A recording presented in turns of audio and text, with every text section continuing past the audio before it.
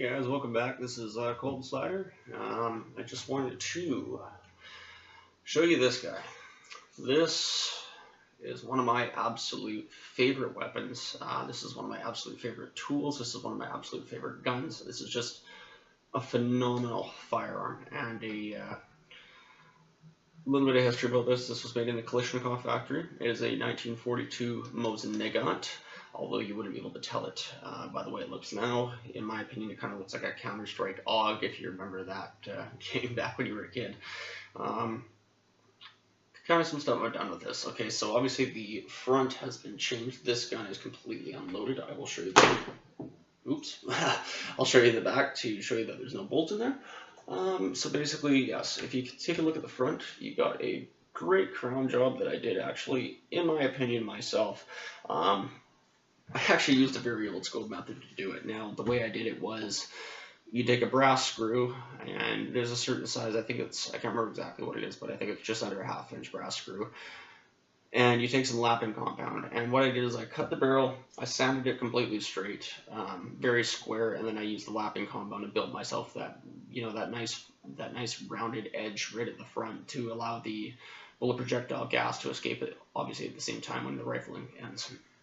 If some of my terminology is off, please correct me. Obviously, I'm not a professional gunsmith.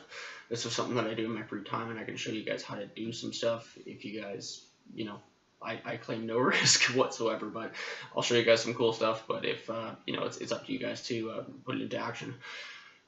A little bit about this, I put the Archangel stock on. That was actually more expensive than the entire gun, so I got the gun for a great deal. The Archangel stock I paid a couple $100 for.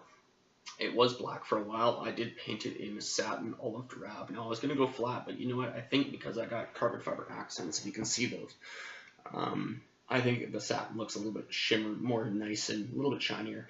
The best part about the stock, you do have adjustment back here, which is quite a bit. Like this is almost fully out, but you can keep going a little bit more. You do have adjustment down here for your cheek rest. You have a very nice thumb handhold here, and you have an ergonomic grip. The best part that I love about this stock is the fact that if you are a stand-up or you're a bench shooter or you're whatever shooter, you can actually have your hand in that this little ridge right here. It's very well made. Your wrist sits very nice underneath there, and then you can sit there perfectly and bench rest. Also, if you want to go to the standing position, you can lift it up and you have a very nice support on your elbow, and then you just push it back into your shoulder. Very, very comfortable to shoot. I do have a Vortex Crossfire 4x12 by 50 scope, and I have the lens shade on just to give it that little extended look. I put a Chaycoat mount in here. I did have to drill and tap the side of the gun. Now, when doing that, I always suggest a gunsmith unless you are really kind of aware of what you're doing and kind of know what you want to do with it. There is spots that you can't drill into. There is spots you can. Where I drilled into, you stay about 1/2 inch away from the chamber. So basically, I'm in the brass part of the shell casing. Actually, no, I'm behind that. I'm actually in the charging handle right before the pin, right behind the brass casing. That's my first tap, and then it goes 1, 2, 3, 4. The 2 other ones are actually in the bullet extraction chamber, right in here. Actually, I don't know if you can see it, but right in there. Great stock, great gun.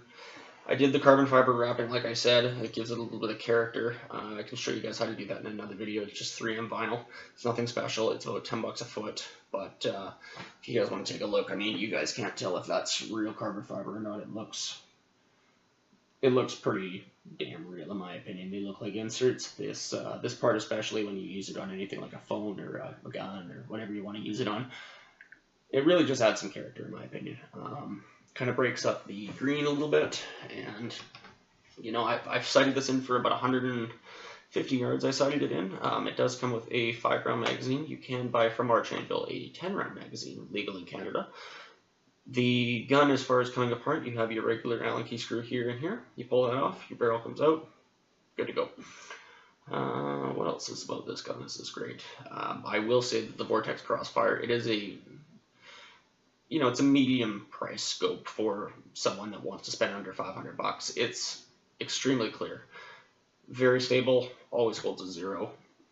unbelievable scope as far as I'm concerned. This is a large caliber. It's a 7.62 by 54R, which kicks about the same as a 30-06. And this holds a 0, no problem. I've never had a problem with this, as long as you have good mounts.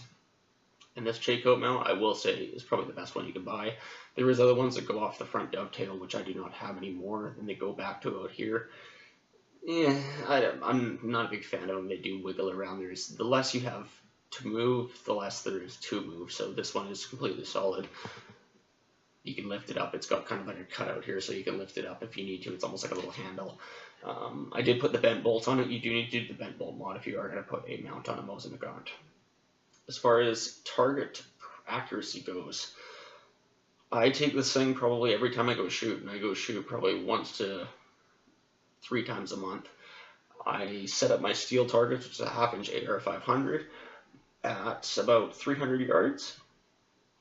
I consistently get on an 8-inch steel target. I consistently get within the 4-inch square on the inside.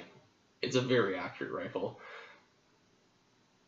It's just great. I mean, if you're looking for something that you want to kind of bring back from the dead, like, I don't know, I actually bought this thing on Remembrance Day, and I was like, you know what, I want to restore something from World War II instead of just, you know, sitting around and doing nothing and just being quiet and giving some silence. I wanted to do something, and I thought that it was right to bring something back from the dead. And I think that,